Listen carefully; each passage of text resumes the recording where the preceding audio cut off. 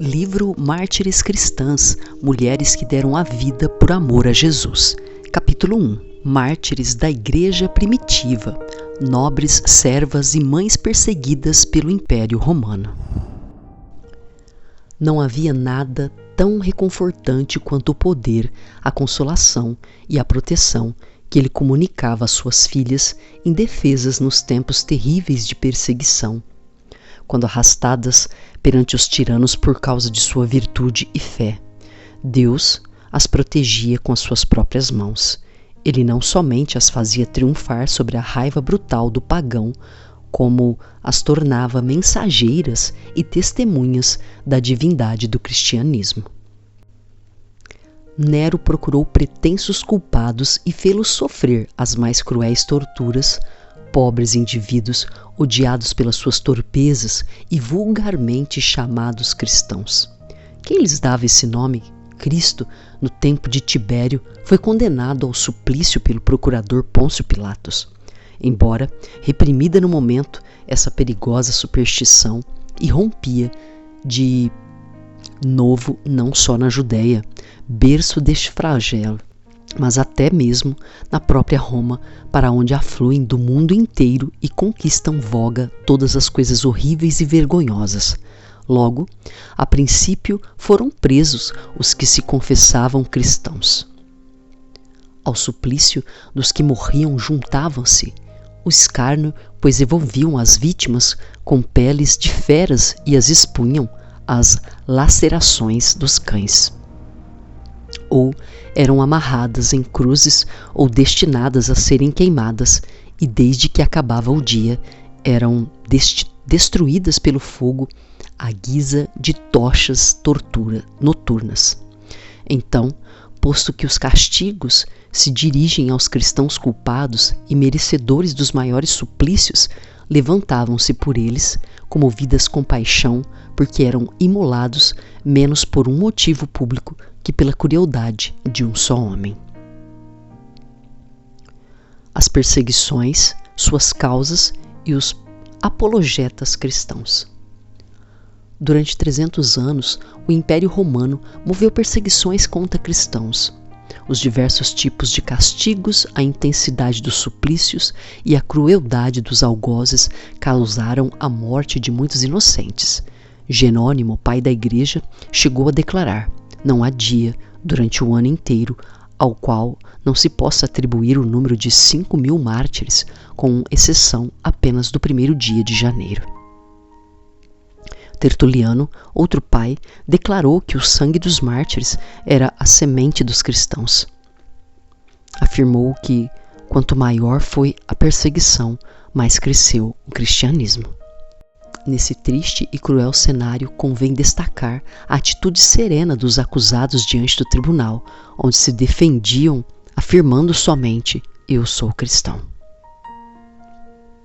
Para o cristão, isso dizia tudo: seu nome, sua cidadania, sua filiação, sua profissão e seu parentesco. O cristão considerava-se cidadãos dos céus, filhos de Deus, tendo como vocação principal servir ao seu Senhor e participar da família da fé. Como compreender a alegria com que os mártires se dirigiam aos suplícios que lhes dariam a morte? É necessário saber que só a esperança do Eterno explica uma expressão surgida com o início dos martírios. Os dies natalis, ou dia natalício, ou dia de nascimento, que era o dia de aniversário da passagem do Marte à mansão eterna. O martírio era considerado batismo de sangue. Se o batismo nas águas identificava o crente com Cristo, o morrer em seu nome criava um vínculo especial entre o Marte e seu Senhor. Aleluia! Os pais da Igreja consideravam a morte do Marte outra espécie de purificação por sua união com Cristo no banho de sangue. Aleluia! Os mártires dão testemunho de Cristo de duas formas: pela palavra e pelo sangue.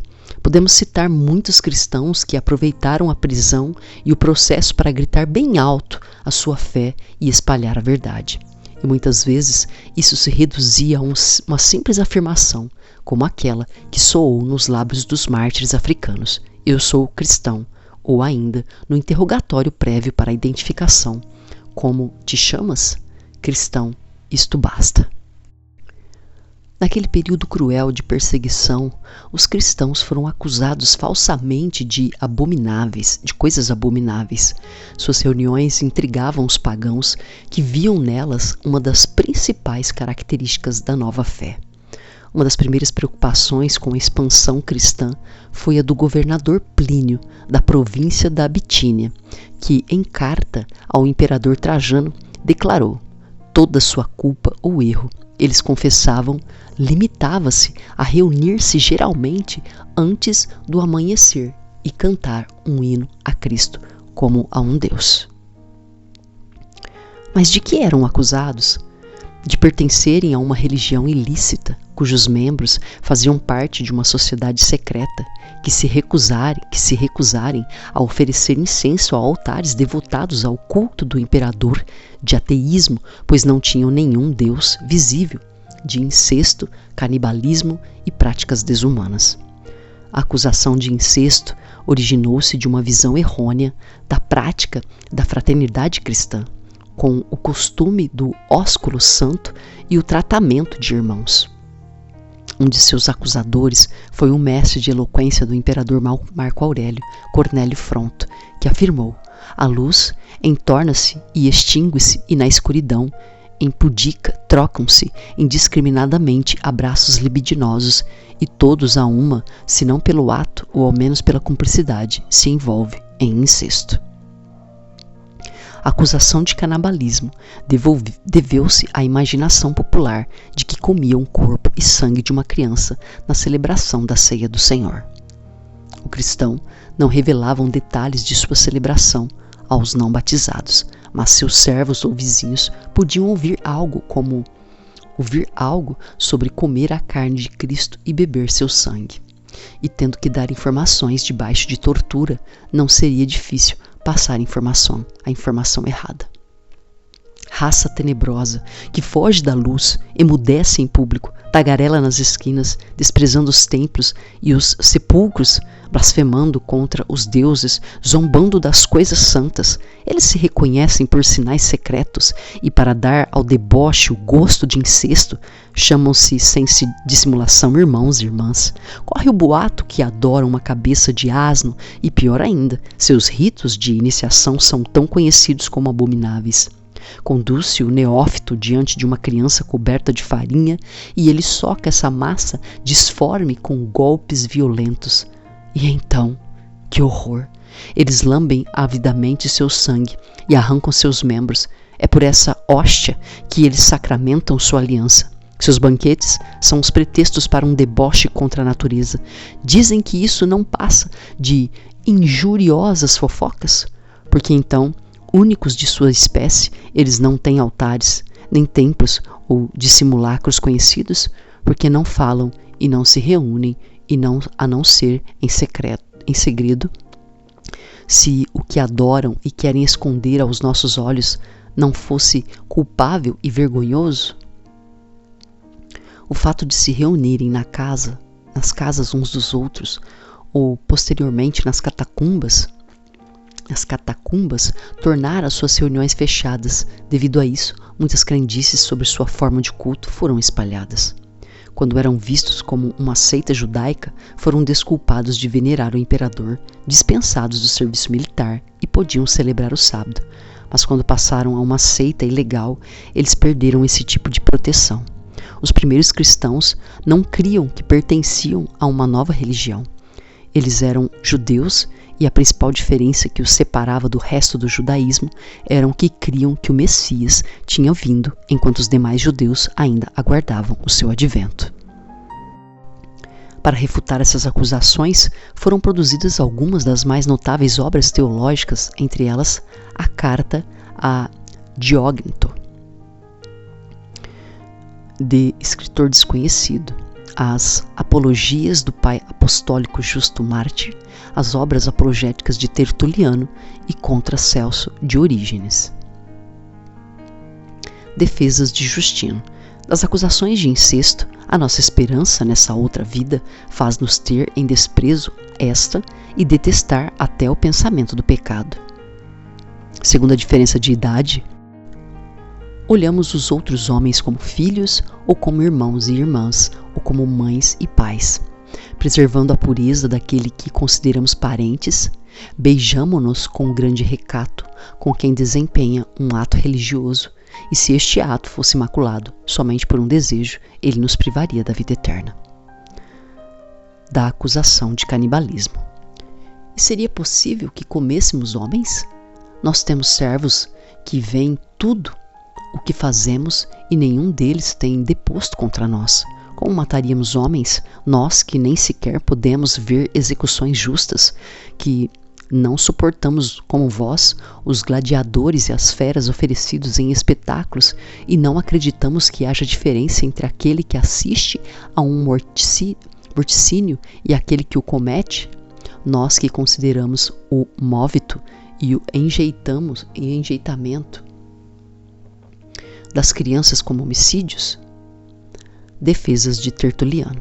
De não prestar culto ao imperador, os cristãos não manifestam a sua dedicação por juramentos e baixezas. Oram pelo menos pelo imperador, não a divindades imaginárias, porém ao verdadeiro Deus, a fim de que lhe conceda longa vida, um tranquilo reinado, a segurança em seus palácios, soldados corajosos, um senado fiel, um povo virtuoso e a paz no mundo inteiro. De ateísmo. Adoramos um só Deus que por sua palavra, seu espírito e seu poder tirou do nada este universo com tudo que o compõe, isto é, com os elementos, os corpos e os espíritos, para que fossem o ornamento da sua grandeza. Quereis conhecê-lo em suas obras? Mas tende o testemunho de vossa alma, que em despeito da sua educação, das paixões e da sujeição, os falsos deuses, cada vez que ela desperta, chamam-o pelo nome só de Deus, dizendo, ó grande Deus, ó bom Deus. O que Deus quiser, Deus o vê, recomendo a Deus, Deus mudará. Da refeição, ágape. Pensei que as nossas modestas refeições da tarde têm má fama, não só como criminosas, porém também como sendo de um extremo apuro, e todavia não se diz dos banquetes de tantas congregações pagãs. A nossa ceia, no seu nome de ágape, que em grego significa caridade, indica de onde tira a sua origem. É uma consolação que damos aos pobres. Não há nela baixezas nem devassidão. Ninguém toma lugar à mesa sem ter orado ao Senhor. Come-se segundo a necessidade, e não se bebe senão o conveniente sem ofender a pureza. Toma-se um alimento, em certa conta, como pessoas que têm de orar a Deus mesmo naquela noite, e fala-se como pessoas que sabem estar debaixo da vida justa da vida de Deus. Depois de terem lavado as mãos e acendido as lâmpadas, são todos convidados a cantar os louvores de Deus, tirados dos livros sagrados ou compostos por algum de nós. A refeição termina com a oração, também finalmente separando-nos com recato e modéstia. Tais são as assembleias dos cristãos. Nós somos os membros reunidos ou separados. Ninguém é por nós ofendido nem molestado. As refeições ágapes contrastavam sobremodo aos banquetes pagãos, pois nelas tudo era comedido. Mais do que compartilhar uma refeição, partilhavam ensinamentos. Era costume oferecer aos participantes porções à escolha, que levavam num cesto ou guardanapo. Com o crescimento das igrejas, a própria igreja organizava os banquetes, preparando salas para esse fim. Com a maior preocupação em obras de assistência, só os pobres e os membros do clero passaram a participar da ceia posteriormente. A prática caiu em desuso. Consciente de que as práticas cristãs objetivavam a partilha e a demonstração de amor uns aos outros, Tertuliano, inconformado com a discriminação sofrida pelos cristãos, afirmou: censurai-nos, porque nos amamos reciprocamente, ao passo que vós vos odiais, porque estamos prontos a morrer um pelos outros, e vós outros, para vos estrangulardes, porque a vossa fraternidade se estende até a comunhão dos bens, ao passo que esses bens são exatamente aquilo aquilo que quebra todos os laços de fraternidade entre vós, porque temos todas as coisas em comum, exceto as mulheres, e vós só a elas tendes em comum. Apesar de todas as apologias cristãs, os pagãos achavam inadmissível que se abandonasse a religião e os deuses romanos para crer em um judeu crucificado. Homens letrados, cultos, pertencentes às classes mais altas de Roma, consideravam inconcebível que os recrutados entre as classes mais baixas, sem educação nem cultura, quisessem resolver os problemas transcendentais sobre os quais dissertavam há tanto tempo, sem chegar a uma palavra final. Para esses, a presunção dos cristãos era insuportável. Defesa de Orígenes. Entre eles encontrava-se o filósofo romano Celso, homem culto, porém ferrenho acusador dos cristãos, que escreveu por volta do ano de 1078 o Discurso contra os Cristãos. Sua obra procurava demonstrar que os cristãos estavam errados ao se negarem a praticar a religião romana. Celso não se conformava com a credulidade que atribuía aos cristãos. Segundo ele, não examinava nada. Criam apenas porque a fé os salvaria e dizia que a sabedoria desta vida era um mal e a loucura um bem. O filósofo contestava também a divindade de Cristo. O corpo de um Deus não poderia ser feito como o teu. O corpo de um Deus não seria formado e procriado como o teu o foi. O corpo de um Deus não se alimenta como te alimentastes. O corpo de um Deus não se serve de uma voz como a tua, nem dos meios de persuasão que empregastes. O sangue que correu do teu corpo, acaso se parece ao que corre das veias dos deuses?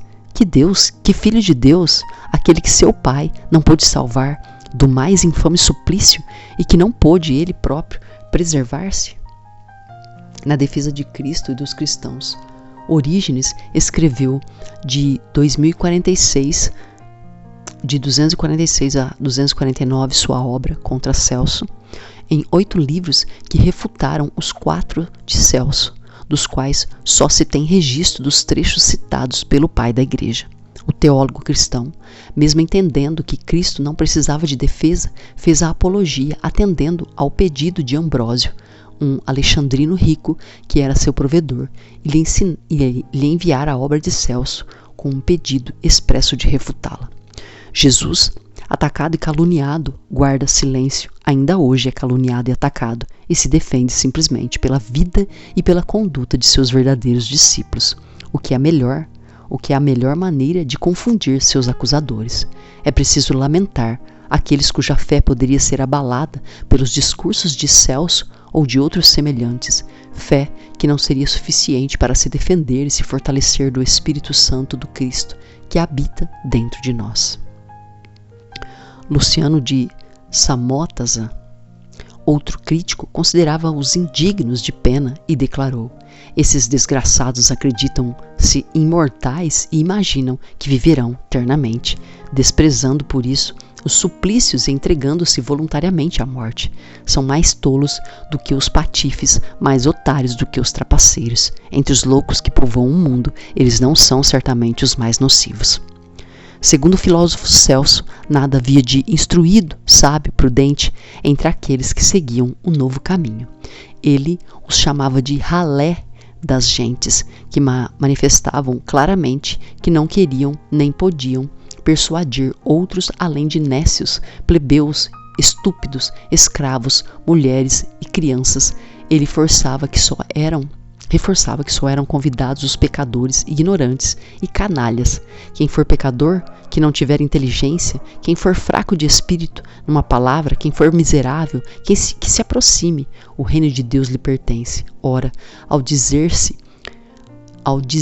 um pecador, que se deteve em entender senão o homem injusto, o salteador, o arrombador de portas, o envenenador, o sacrílego, o violador de túmulos? Além desses, que outros pensaria um chefe de ladrões recrutar para sua tropa?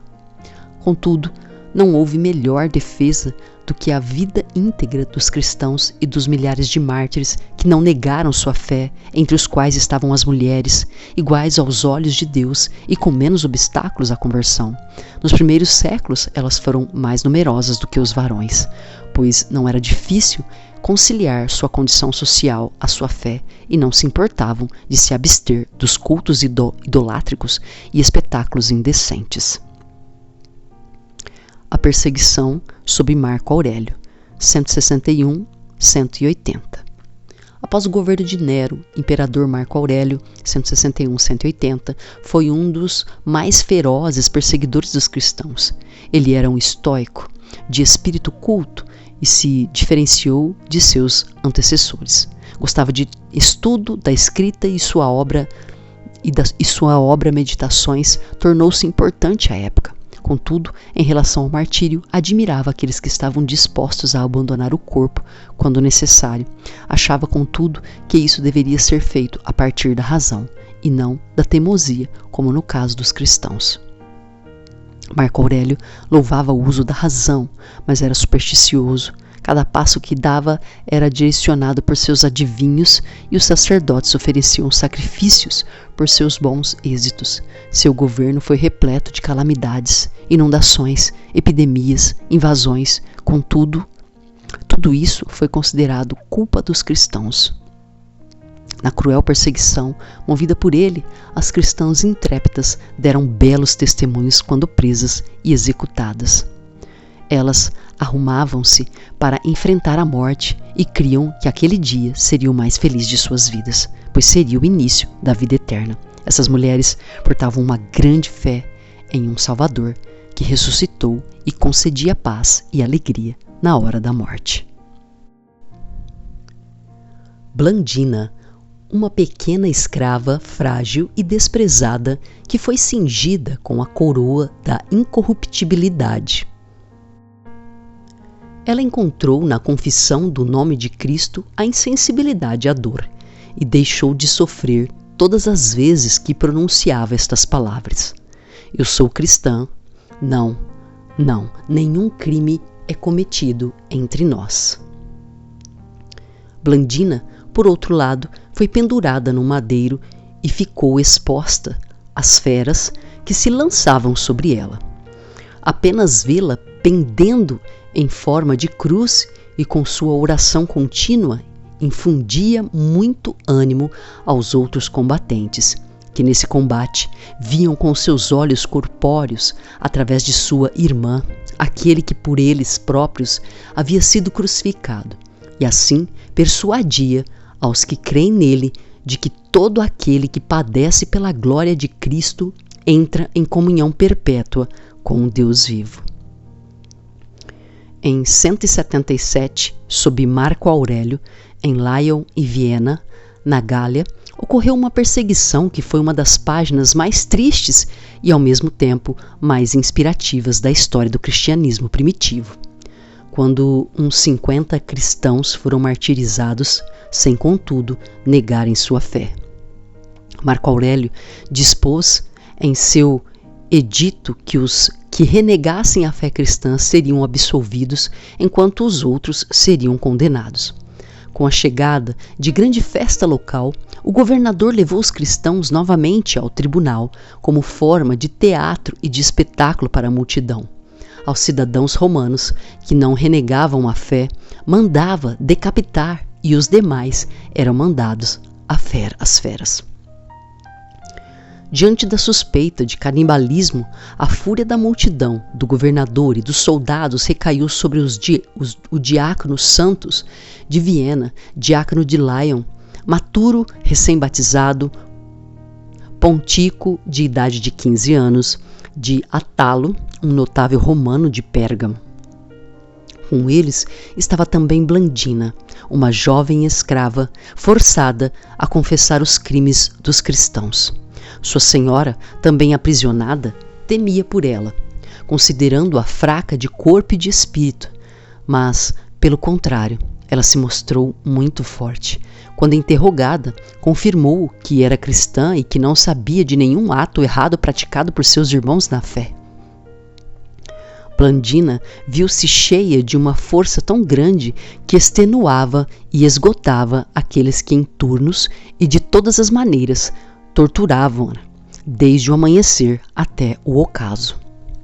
Eles mesmos confessavam que estavam vencidos sem nada poder fazer com ela, e se admiravam de como podia manter-se com alento estando todo seu corpo dilacerado e aberto. E atestavam que um só tipo de suplício bastaria para tirar a vida, sem necessidade de tantos e tão terríveis. Sem obter qualquer informação da boca dela, conduziram-na às feras, com Átalo, Maturo e Santos, em local público, onde os cristãos substituíam os gladiadores, servindo de espetáculo aos pagãos.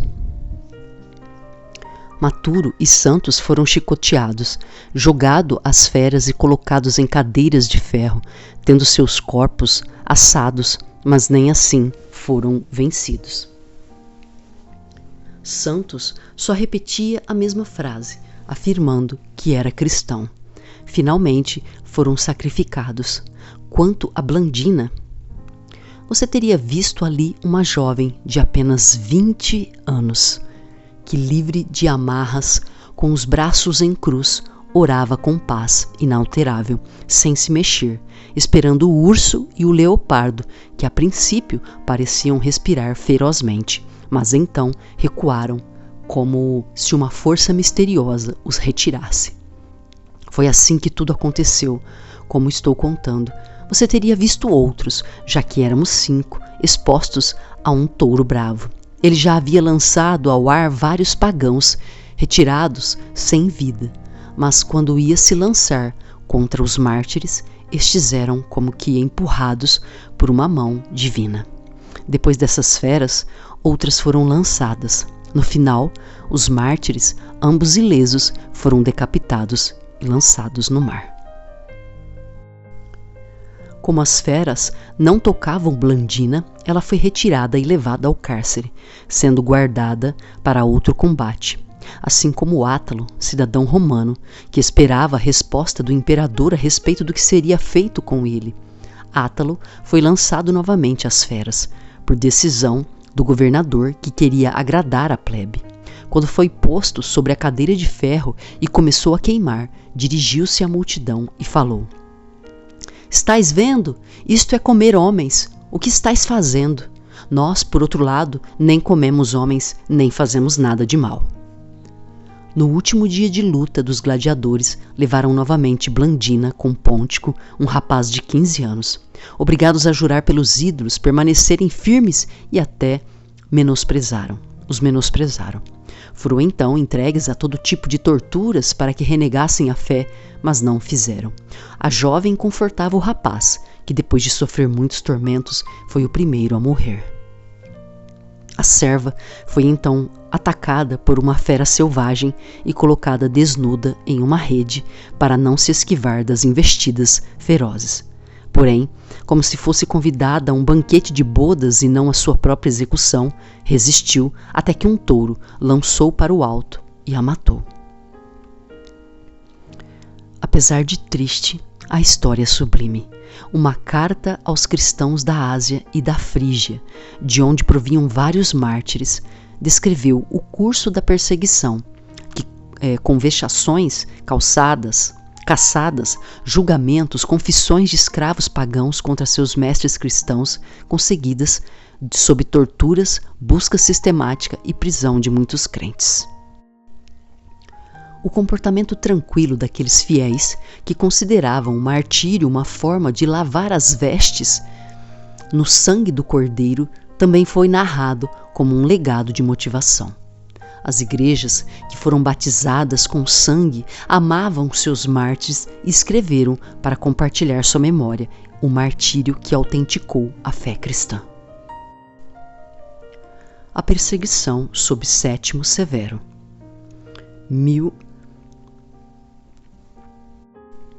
Novamente.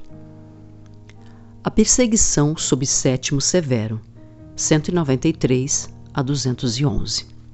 No início do século III, reinava em Roma um imperador Sétimo Severo, que pôs fim às lutas internas, mas enfrentava a ameaça da invasão dos bárbaros. Ele colocou em prática uma política religiosa sincretista de adoração ao sol Invictus, para o qual convergiam todas as filosofias e religiões da época. A isso se opuseram fortemente os judeus e os cristãos. O imperador então proibiu a conversão a essas religiões e aumentou a perseguição contra os novos convertidos e seus mestres. Entre os catecúmenos, novos convertidos, presos estavam 2 mulheres, Perpétua, nobre romana com um filho recém-nascido, e a escrava Felicidade, que estava grávida. Perpétua e Felicidade. Perpétua foi uma nobre senhora que amamentou seu filho na prisão. Não posso ser outra coisa que o que sou, isto é, cristã. Já Felicidade foi uma jovem escrava que teve sua filha na prisão. O que sofro agora é fruto da natureza, mas quando for atacada pelas feras, não estarei sofrendo sozinha. Cristo sofrerá por mim. Os mártires se levantaram de maneira espontânea e foram para o lugar onde o povo os desejava. Antes, porém, beijaram-se uns aos outros e, com isso, consumaram seu martírio com o beijo da paz. Todos eles permaneceram completamente imóveis e cada um recebeu em silêncio o golpe da espada. No início do século III, Cartago, atual Tunísia, na África do Norte, era uma metrópole próspera, cujo tamanho e esplendor perdiam apenas para Roma em seu apogeu. Por volta do ano de 203, lá foram presos 5 catecúmenos, cristãos ainda não batizados, que estavam sendo instruídos na doutrina. Perpétua, 2 escravos, Felicidade e Revocato, e outros 2 jovens, Saturnino e Secúndulo. O que complicava a situação deles não era somente serem cristãos, mas terem se convertido na vigência do edito imperial, em flagrante desobediência às leis reais. O imperador Sétimo Severo instigou a perseguição para promover o culto do deus egípcio Serapis, publicando um edito que proibia a conversão ao cristianismo e ao judaísmo. Contudo, os atos do governador local foram mais terminantes do que os do imperador distante. A líder daquele grupo era Víbia Perpétua, uma jovem casada e mãe pertencente a uma boa família provinciana, possuidora de dons do Espírito Santo. Com seus sonhos e visões, ela encorajava seus irmãos. O relato de seus sentimentos cativava pelo vigor e autoridade. Perpétua foi uma das poucas mulheres daquele tempo que deixou registros para a posteridade, narrando suas visões e legando um documento raro e importante sobre a voz feminina.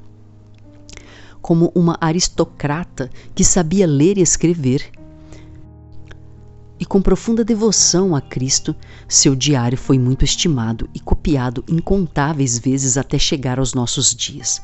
O texto latino foi preservado na íntegra em 9 manuscritos medievais. Ao lado dessas mulheres silenciosas, uma mulher parece produzir um escrito, uma voz rara, fragmento de autobiografia centrado no essencial.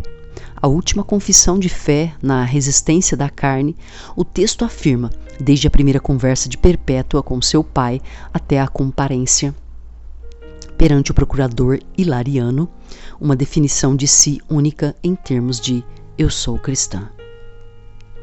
A nobre romana é sempre mencionada pelos escribas antigos associada à sua escrava grávida. Ambas foram apreciadas pela profundidade de sua fé e sua comunidade as amou de tal forma que seus feitos tiveram de ser registrados. Trecho do relato de Perpétua sobre seu tempo na prisão. Estávamos ainda com as nossas perseguições. Gravar de novo. Trecho do relato de Perpétua sobre seu tempo na prisão. Estávamos ainda com os nossos perseguidores quando veio o meu pai fazer novos esforços para assustar-me e para fazer-me mudar de resolução. Meu pai lhe disse: vê este vaso de argila que está aqui? Sim, ele disse. Eu o vejo. Pode-se, continuei, dar-lhe outro nome que não tem? Não, respondeu-me. Pois a mesma coisa acontece comigo, repliquei. Não posso ser outra coisa que o que sou, isto é, cristã. Ao dizer isso, meu pai se atirou a mim, como para me arrancar os olhos, mas contentou-se somente em me maltratar, e se retirou, confuso de não haver podido vencer minha constância com todos os artifícios do demônio, de que se valeu para enganar-me. Dei graças a Deus por não voltar a vê-lo durante alguns dias, e sua ausência me permitiu desfrutar de um pouco de repouso.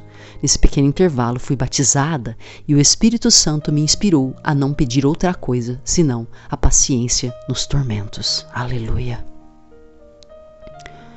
Pouco tempo depois, me levaram ao calabouço. O horror e a escuridão do lugar me surpreenderam inicialmente, porque eu não sabia por que eram as prisões. Eu não sabia como eram as prisões.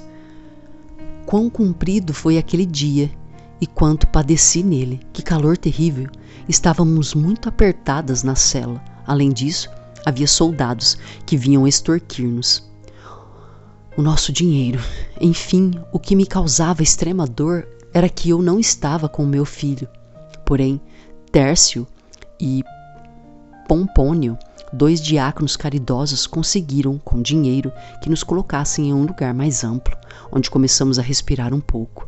Cada um cuidava do que queria. Quanto a mim, me pus a amamentar meu filho, que me levaram enfraquecido por ter estado muito tempo sem tomar o peito.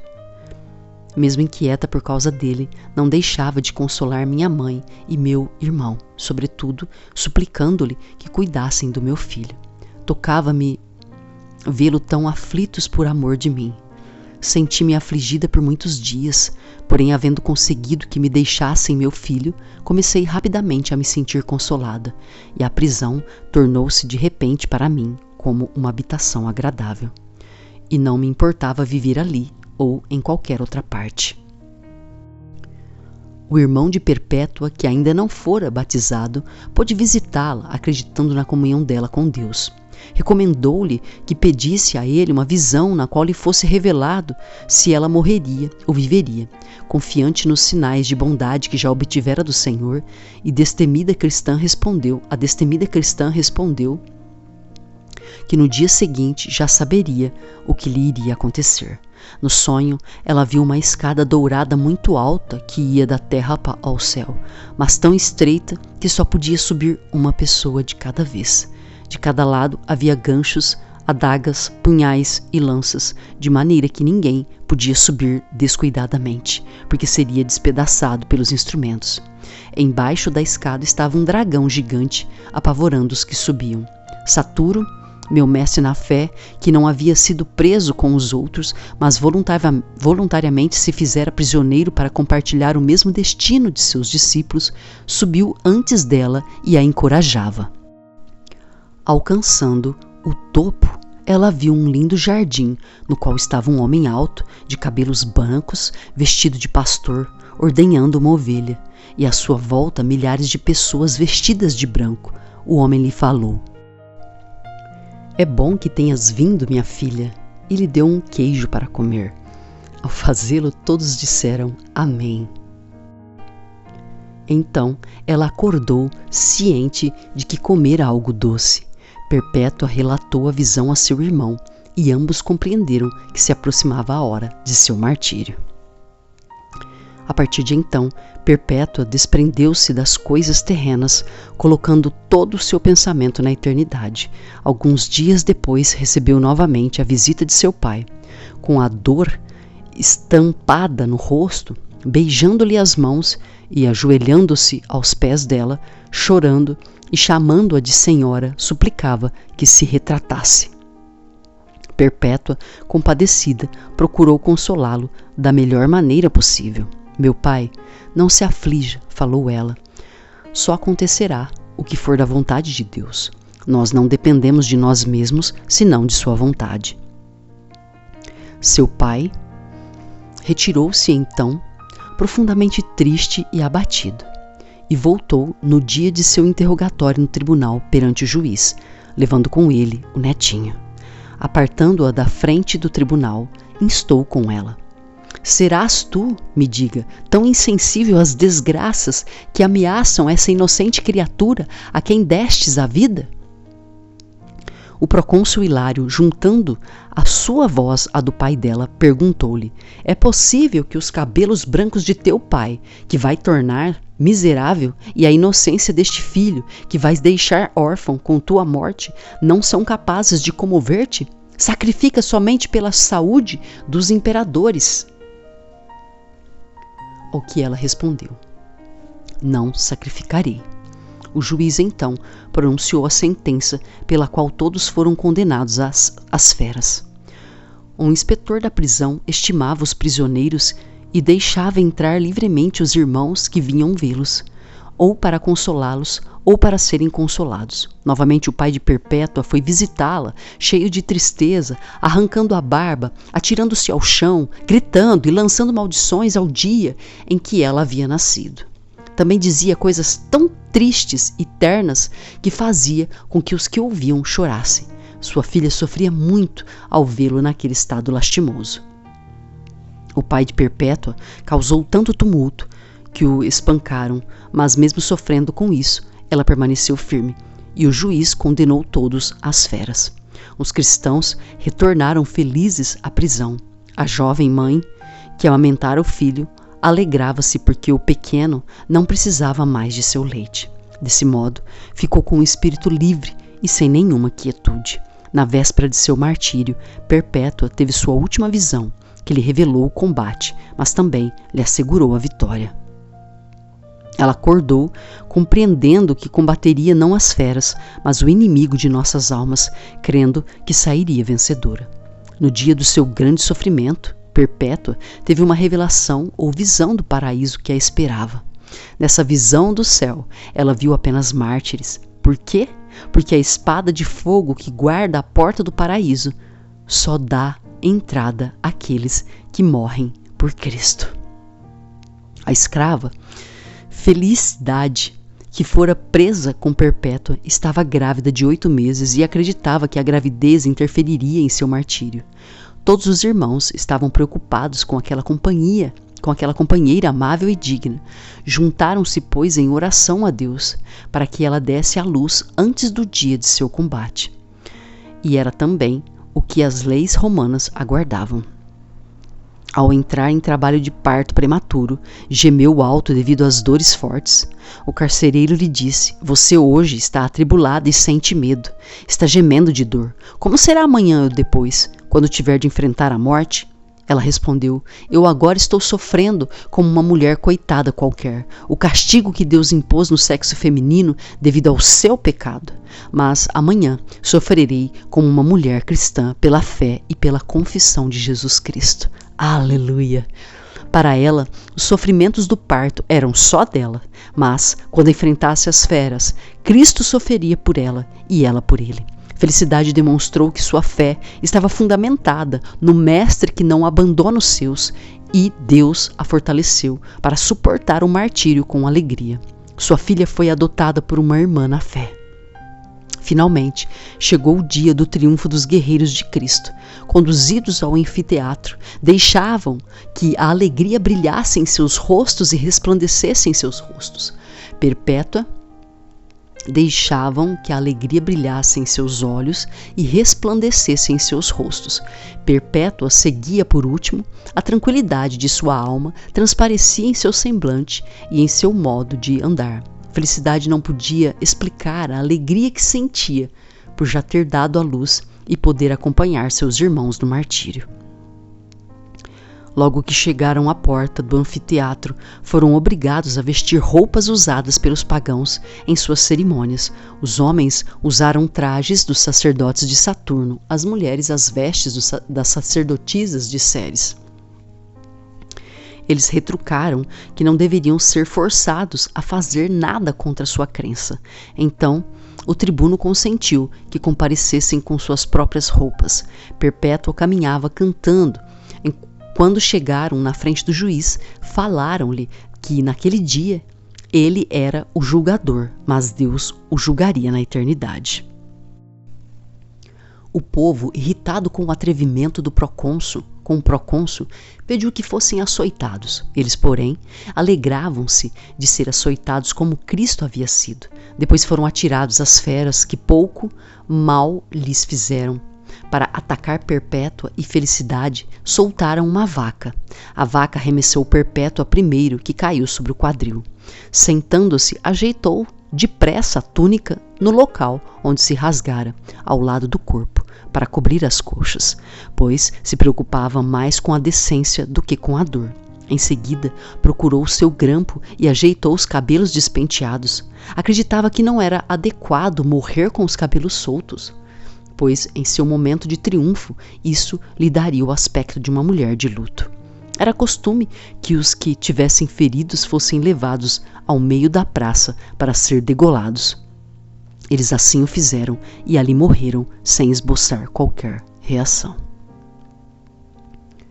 Perpétua, porém, padecendo com um gladiador pouco destro e com mão trêmula, viu-se obrigada a levar a espada à própria garganta, indicando o lugar onde deveria ser cortado, talvez porque uma mulher tão maravilhosa não podia morrer de outra maneira e porque o demônio que a temia não se atreveria jamais a lhe tirar a vida, se ela mesma não houvesse consentido nisso. Suas últimas palavras aos irmãos foram: fiquem firmes na fé, amem-se uns aos outros e não deixe que nosso martírio seja uma pedra de tropeço para vocês. Declaração mais maravilhosa. Eu sou cristão e isso basta, isso diz tudo, isso dá sentido à vida e à morte. Quando o cristão crê assim, nada mais lhe importa. Seu tesouro está nos céus e ele é totalmente desapegado das coisas terrenas, como foi relatado nesses resumos biográficos desses mártires no início do cristianismo. Temos ouvido testemunhos de mães que não estão dispostas a partir para o céu, pois se preocupam com seus filhos e sua família. Temos respondido que Deus cuida deles melhor do que nós. Perpétua e Felicidade, recém-convertidas, entendiam assim, e mesmo deixando seus bebês, não se entristeceram ou temeram por elas, pois sabiam em quem criam e onde estava guardada seu maior tesouro. Elas entendiam que o importante era que construíssem para a vida eterna um legado de fidelidade a Cristo, o Rei dos Reis. Quão corajosas e destemidas foram, que seus belos exemplos nos fortaleçam e inspirem a permanecer firmes em Cristo até o final de nossa vida terrena. Para este evangelho eu fui designado pregador, apóstolo e mestre, e por isso estou sofrendo essas coisas, mas não me envergonho, porque sei em quem tenho crido e estou certo de que ele é poderoso para guardar aquilo que me foi confiado até aquele dia. 2 Timóteo 1, 11 e 12. Confira o próximo capítulo, Mártires da Igreja Primitiva, Jovens, Virgens e Anciãs Consagradas.